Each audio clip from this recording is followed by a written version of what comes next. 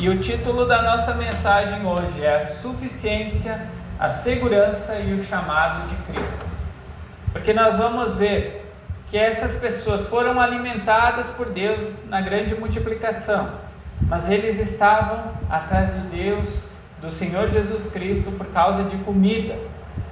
Mas nós vamos ver que ele trazia algo muito mais profundo, que era a grande necessidade do homem. E é isso que ele vai tratar nos próximos versículos. Então vamos ler novamente o versículo 35, agora ao versículo 39, que diz o seguinte: E Jesus lhe disse: Eu sou o pão da vida.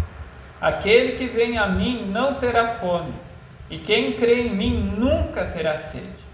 Mas já vos disse que também vos me viste, e contudo não credes. Todo o que o Pai me dá virá a mim, e o que vem a mim de maneira nenhuma o lançarei fora. Porque eu desci do céu, não para fazer a minha vontade, mas a vontade daquele que me enviou. E a vontade do Pai que me enviou é esta: que nenhum de todos aqueles que me deu eu perca, mas que ressuscite no último dia. Até aqui nós iremos ler. Então nós vemos que o nosso Senhor Jesus Cristo, ele fez uma das grandes declarações, dizendo que ele era o pão da vida.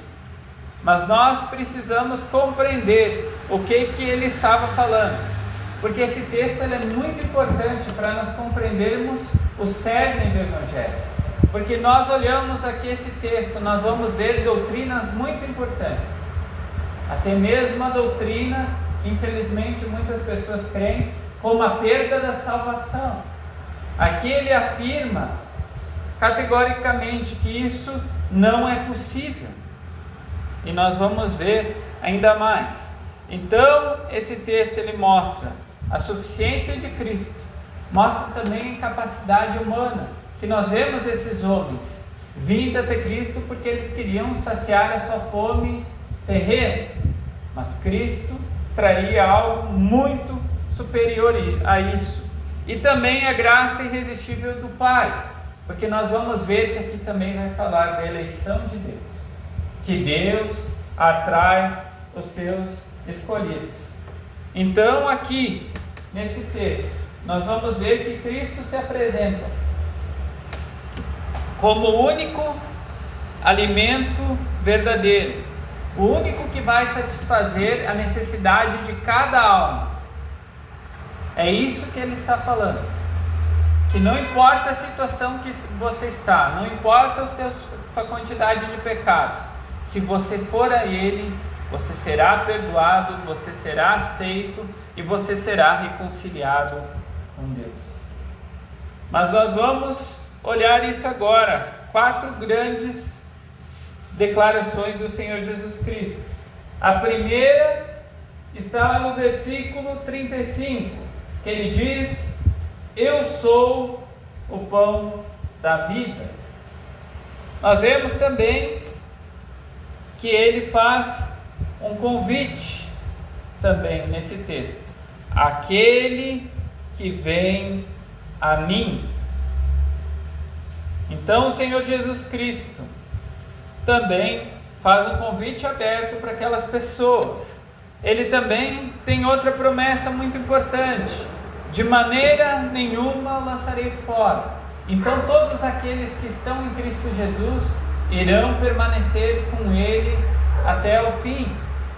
E a garantia mais firme nisso é que nenhum se perderá.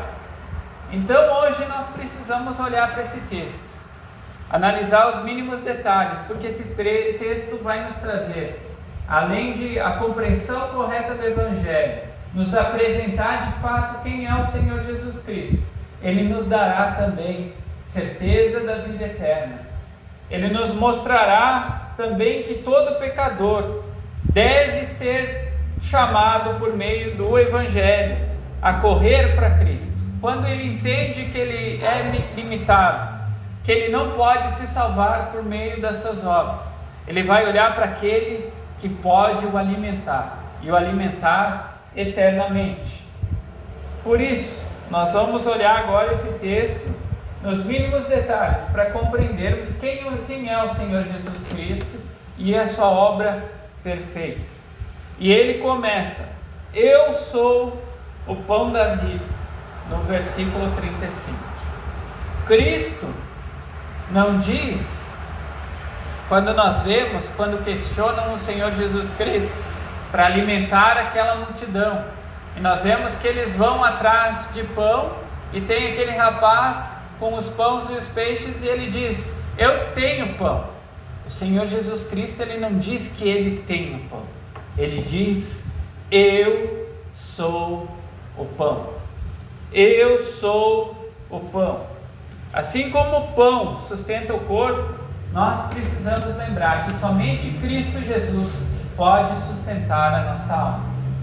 Somente Ele pode nos sustentar.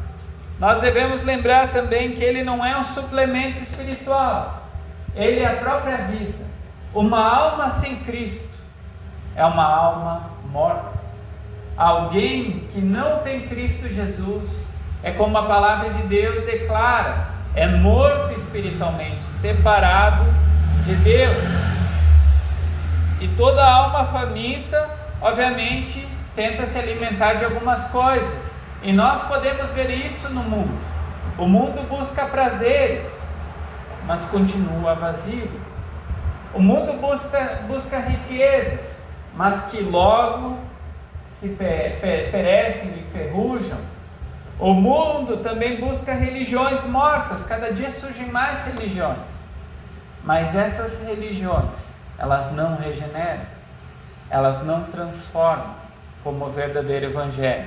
E a moralidade que muitos cristãos professos de boca caem, mas que não limpa a culpa, porque Deus não veio para nos tornar moralmente melhores, Ele veio para nos transformar, Ele veio para mudar aquilo que nós somos, nos recriar, e é isso que o novo nascimento faz.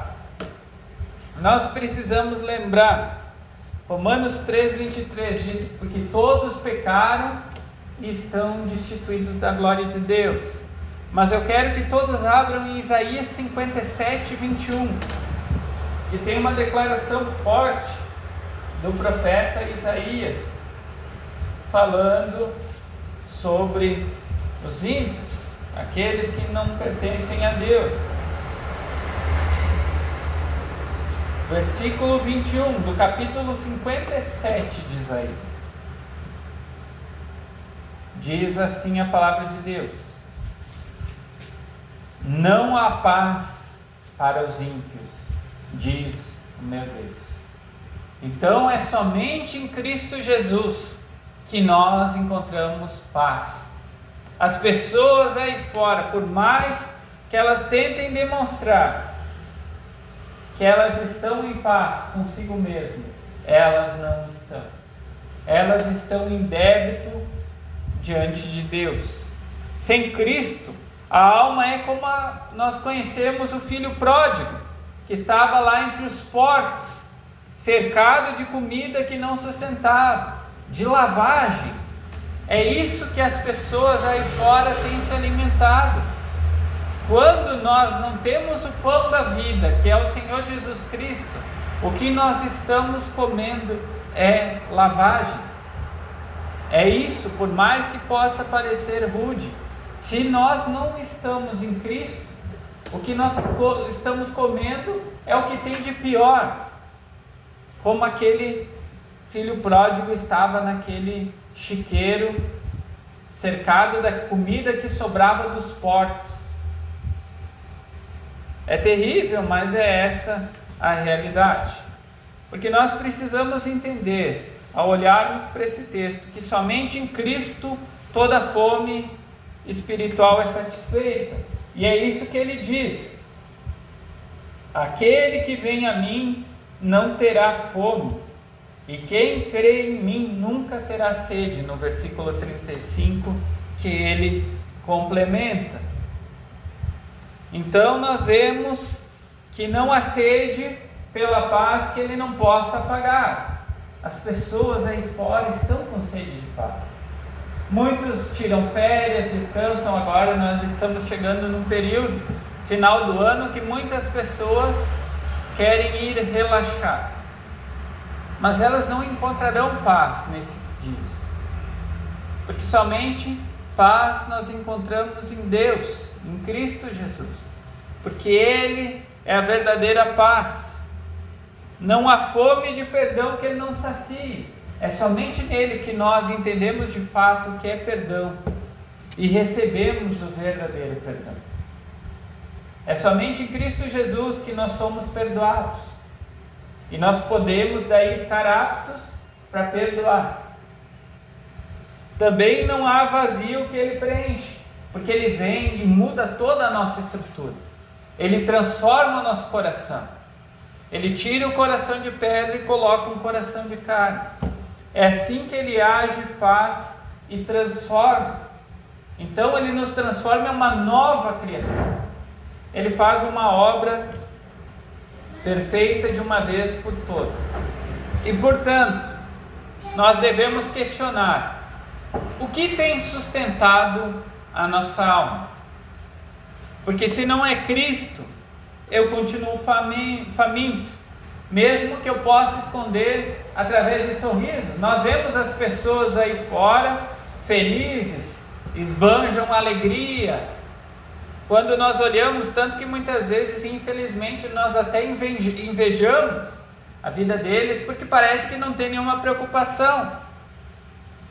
Mas é porque eles estão mortos, porque eles não sabem qual será o fim deles, e por isso eles vivem de forma inconsequente. Mas haverá um dia em que todos nós estaremos diante de Deus, e nós mostraremos quem de fato alimentou a nossa alma e aonde nós estamos alicerçados. Mas nós vemos que, infelizmente, no versículo 36, muitas pessoas agem hoje como aquela multidão.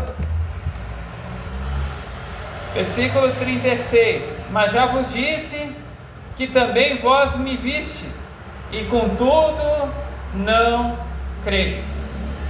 Eles viram o milagre do Senhor Jesus Cristo, eles viram a multiplicação, eles ouviram no sermão palavras de vida, ficaram diante do próprio Cristo. Nós não conseguimos entender o que é isso, mas imaginem eles estarem diante de alguém que é totalmente puro, totalmente justo, totalmente santo, que tudo que fluía da sua boca edificava. Imaginem o sermão do Senhor Jesus Cristo naquela situação. Eram palavras de vida, era algo que realmente acrescentava, e mesmo com tudo isso, eles não creram. Mas trazendo também para os nossos dias, nós precisamos entender que a incredulidade não é falta de evidência, porque muitas pessoas, assim como eles, querem buscar evidências. O problema não é esse. O problema é falta de vida espiritual. É porque eles estão mortos em delitos e pecados, e eles não conseguem ver a luz se Cristo, se Deus não operar neles. E nós podemos ver isso na palavra de Deus. Nós vamos ler 2 versículos. O primeiro está em 1 Coríntios, capítulo 2, versículo 14, que diz o seguinte: 1 Coríntios, capítulo 2, versículo 14, diz assim a palavra de Deus: ora, o homem natural não compreende as coisas do Espírito de Deus, porque lhe parecem loucura, e não podem entendê-las, porque elas se discernem espiritualmente. E tem mais um versículo, lá mesmo no Evangelho de João. Nós vamos passar agora para o versículo 44 do capítulo 6. Versículo 44, um pouquinho mais adiante do nosso versículo, que diz o seguinte: ninguém pode vir a mim se o Pai que me enviou o não o trouxer, e eu o ressuscitarei no último dia. Então nós vemos que a salvação é uma obra de Deus. É Deus quem atrai, é Deus quem dá vida, é Ele que transforma. Portanto, a incredulidade não passa de uma prisão, uma cegueira, uma rebelião. E se eu ainda não estou diante de Cristo, se eu ainda não me rendi a Cristo, o problema não está na luz, mas está nos meus olhos, que não foram abertos, não foram despertos. E portanto, eu devo me lembrar, eu gostaria que todos nós abríssemos, porque esse é um versículo maravilhoso, que mostra a operação de Deus, a conversão de Lídia, lá em Atos 16, versículo 14.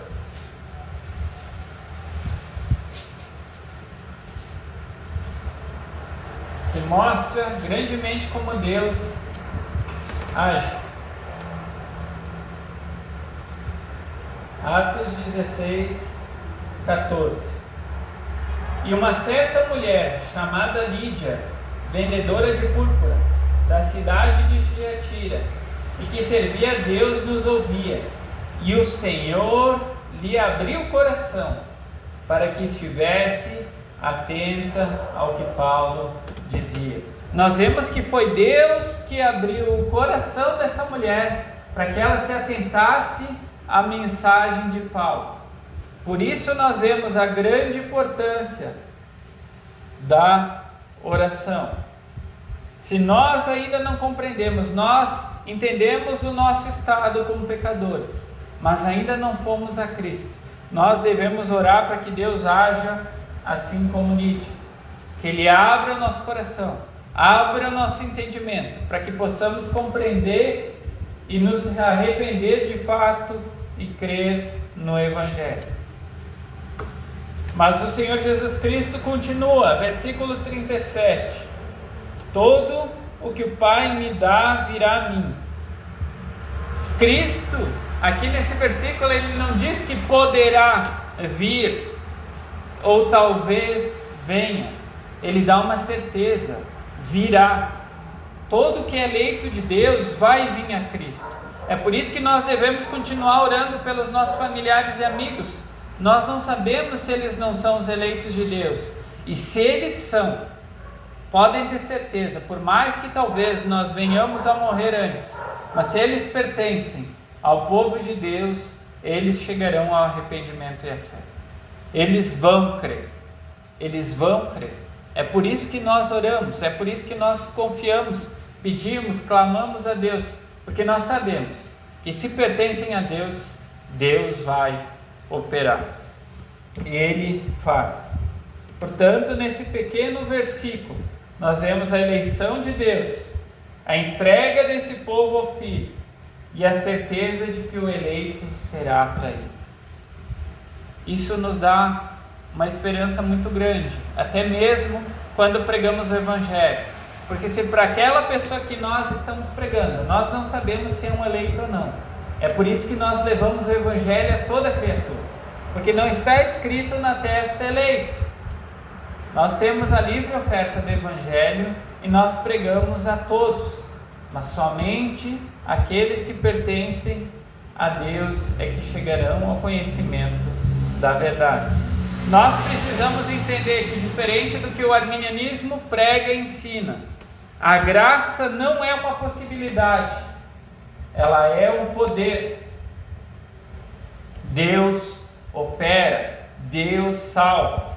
Assim como Lázaro não podia ressuscitar sozinho, o pecador morto não pode crer sem que o Pai o vivifique. Não é uma graça preveniente, não é qualquer outra coisa. A graça de Deus faz com que Ele opere a salvação no pecador. Se eu sou escolhido de Deus, Ele vai fazer a obra do início ao fim, e vai me guardar e vai me levar ao fim, como mais adiante nós iremos ver. Porque nós podemos confiar no amor de Deus. Não precisam abrir, mas Jeremias 31:3 diz: eu te amei com amor eterno, por isso, com benignidade te atraí. Não foi nós que fomos até Deus, mas é Deus quem veio até nós. Essa é a diferença do cristianismo verdadeiro. Nós vemos todas as religiões por meio de boas obras, por meio de atos religiosos tentando chegar até Deus. Mas o Evangelho, as boas novas de salvação mostram foi que Deus tomou a iniciativa e veio até nós. Veio nos redimir, veio nos salvar. Foi Ele que tomou a iniciativa, não fui eu, não foi você. Nós estávamos mortos, perdidos num lamaçal, mas Ele foi compassivo e Ele veio até nós. Portanto, se eu ainda sinto fome espiritual, isso é obra de Deus. Deus está tratando no meu coração e, portanto, eu não irei resistir. Mas se eu ainda sinto que eu não pertenço a Deus, que de fato ainda eu não crio, que eu corra para Ele, porque eu não vou conseguir fugir, eu não vou conseguir lutar com as minhas forças. Se Ele está me chamando por meio do Evangelho, Ele vai aplicar a obra perfeita no meu coração, Ele vai me dar a vida, Ele vai me transformar. E Ele continua, e esse versículo, para nós que já cremos, ele deve nos trazer esperança, que é a continuação do versículo 37. O que vem a mim, de maneira nenhuma o lançarei fora. Essas palavras são as mais consoladoras que um pecador pode ouvir, porque diferente do que o mundo fala e prega aí fora, Cristo não diz, o que vem a mim, eu talvez o receba. É certeza, Ele vai te receber. O que vem a mim precisa provar que é digno. Nós não somos dignos, mas Cristo é. E por meio dele eu posso ser reconciliado e me achegar a Deus. Ele também não diz, o que vem a mim deve primeiro melhorar. Isso diz a religião. É por isso que tem muitas pessoas que ainda não foram até Cristo e continuam na igreja achando que fazendo certas coisas vão ser aceitos por Deus. Você deve ir como você está. Esquecer, batismo não salva, por mais que todos nós, obviamente depois que cremos, queremos confessar publicamente o Senhor e sermos batizados, mas batismo não salva. Dar ofertas, dízimos, qualquer outra coisa, até mesmo sermos moralmente, lermos a Bíblia, orarmos da boca para fora. A questão é um novo nascimento, é um novo coração, e isso só Ele pode operar em nós. Ele diz aqui, de maneira nenhuma, o que vem a mim, de maneira nenhuma o lançarei fora. E o que isso significa? Em primeiro lugar, que nenhum pecado é grande demais. Não importa o pecado que você cometeu, não importa como você vivia antes, Ele pode perdoar todos os teus pecados. Não importa, nenhuma vida é perdida demais. Então, mesmo no final da minha vida, eu posso me arrepender e crer. Tem muitas pessoas que chegam ao conhecimento da verdade na velhice. Então há esperança. Nenhuma queda é profunda demais. Não importa se eu estou arruinado, se eu estou na pior situação possível. Cristo pode transformar. Nenhuma alma também é estragada demais. Às vezes nós olhamos, esse aí não tem mais esperança. Deus não olha dessa forma. Até mesmo aquele que nós olhamos e talvez nós, porque nós somos pecadores ilimitados, achamos que não tem mais esperança, Deus pode converter aquela pessoa, porque foi assim com nós. O pecador quebrantado que vem a Cristo não é rejeitado, mas ele é abraçado, ele é consolado. É lá que ele encontra a verdadeira paz, o verdadeiro perdão e a verdadeira reconciliação. E nós vemos isso na palavra de Deus. Mateus 11:28 diz: vinde a mim todos os que estáis cansados. Deus veio para doentes. Deus veio para buscar pessoas que estão em situações terríveis. Aquele que tem sede, venha, diz Apocalipse 22:17. Então, se nós precisamos, nós vamos até Ele, porque na verdade todo mundo precisa. As pessoas apenas não enxergam.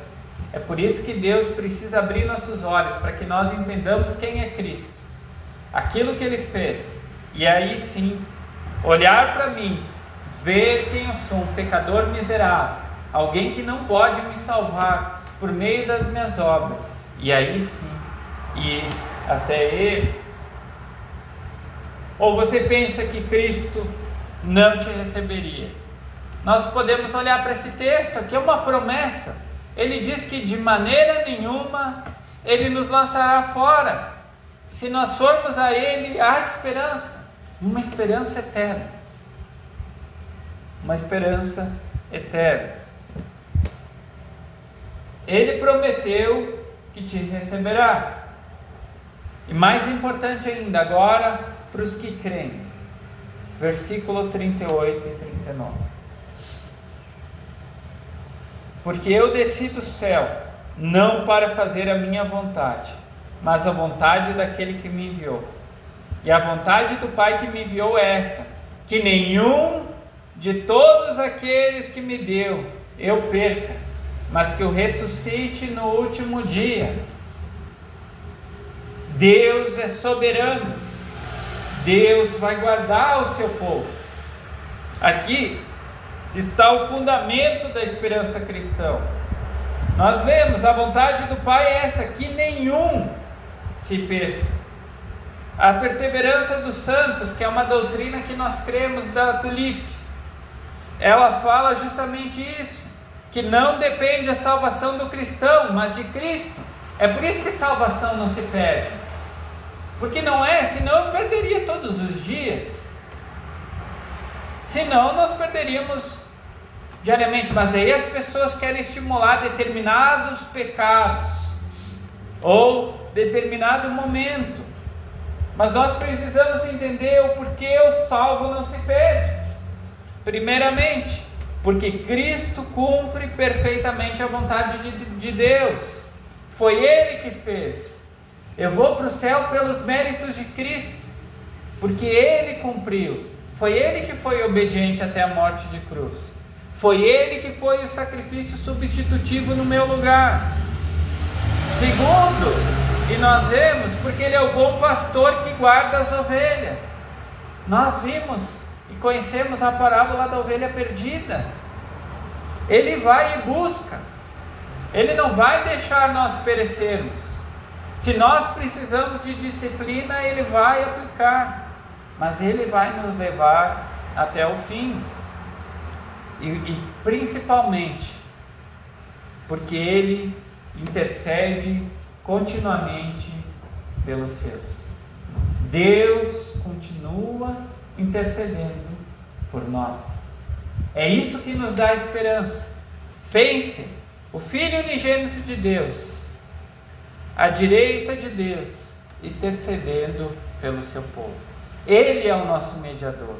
Ele é o perfeito sumo sacerdote. Ele é o nosso advogado.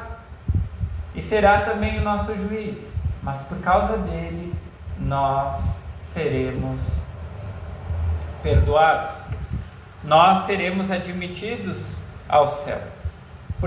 E eu gostaria que nós lêssemos um texto que fala muito disso, que traz esses três conceitos que nós vimos, que é alguns capítulos para frente. João capítulo 10, versículo 27 ao 29, que é um texto muito conhecido, um texto que traz ensinamentos muito preciosos para nós.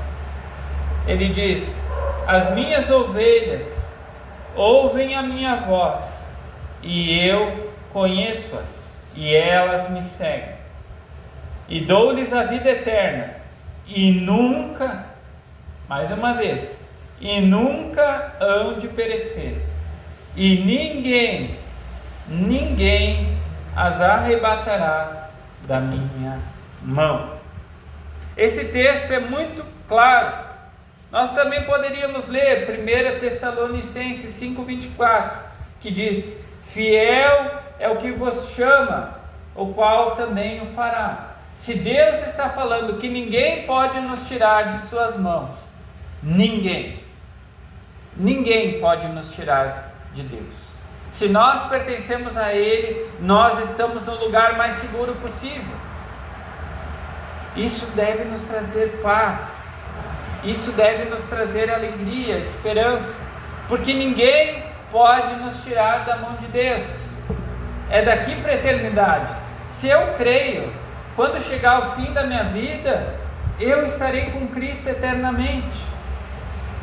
Que esperança maravilhosa, que alegria, que paz isso deve trazer ao nosso coração. Porque infelizmente muitas pessoas tentam escravizar as pessoas com perda da salvação e tantos outros ensinos. Mas quando nós vamos para a palavra de Deus, nós vemos que nós vamos para o céu não porque nós participamos da salvação. Pelo contrário, a única coisa que entra na questão da salvação é o nosso pecado, que teve que ser pago na cruz. Essa é a nossa participação para a obra de Cristo. Mérito nenhuma em nós. É por isso que nós confiamos e cremos, porque foi Deus do início ao fim. Porque foi Ele do início ao fim. Ele nos escolheu, Ele nos chamou, Ele nos redimiu, Ele operou em nós a obra de salvação, Ele nos santifica, é Ele que não vai nos levar até o fim.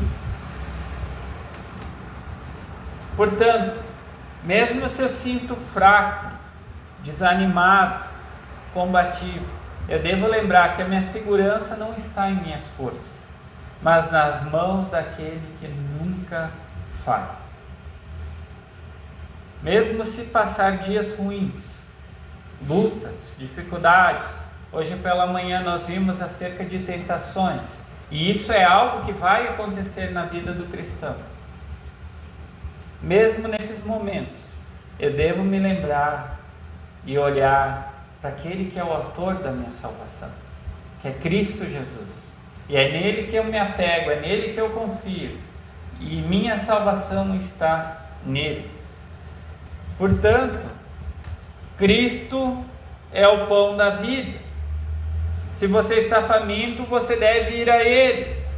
Nós devemos lembrar também que Cristo recebe o pecador. Mesmo se você está longe, há esperança. Cristo dá a vida eterna. E se eu não for até Ele, eu estarei condenado. Porque como nós vimos, e a palavra de Deus declara, Ele é o caminho, a verdade e a vida. E ninguém vai ao Pai a não ser por Ele. E Cristo nunca nos lançará fora. Portanto, nós não devemos temer. Nós devemos confiar. Se Ele prometeu, nós podemos confiar. Porque Deus não é mentiroso. Porque Deus não é homem para mentir. Deus é fiel.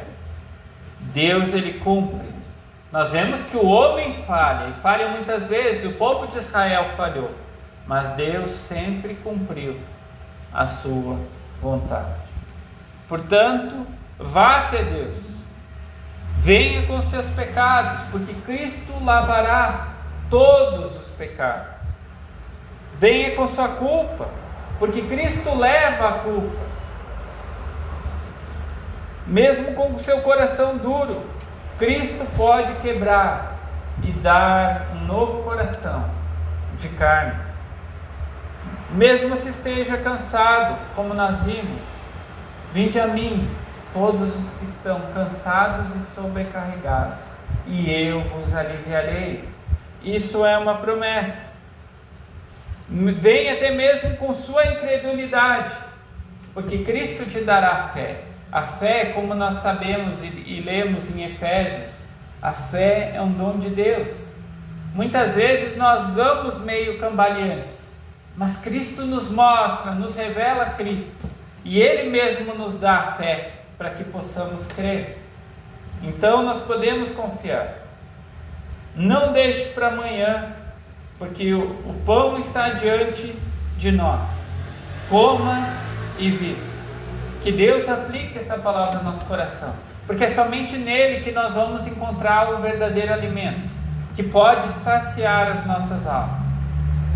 Eu sei que o mundo tenta nos aprisionar, nos mostrar diferentes caminhos, mas é somente em Cristo que nós encontramos o perdão, a reconciliação e a vida eterna.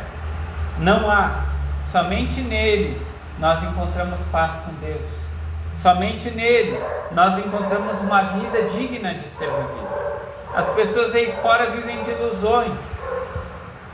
Muitas aparentam viver em paz, mas com certeza não estão em paz, porque não foram perdoados.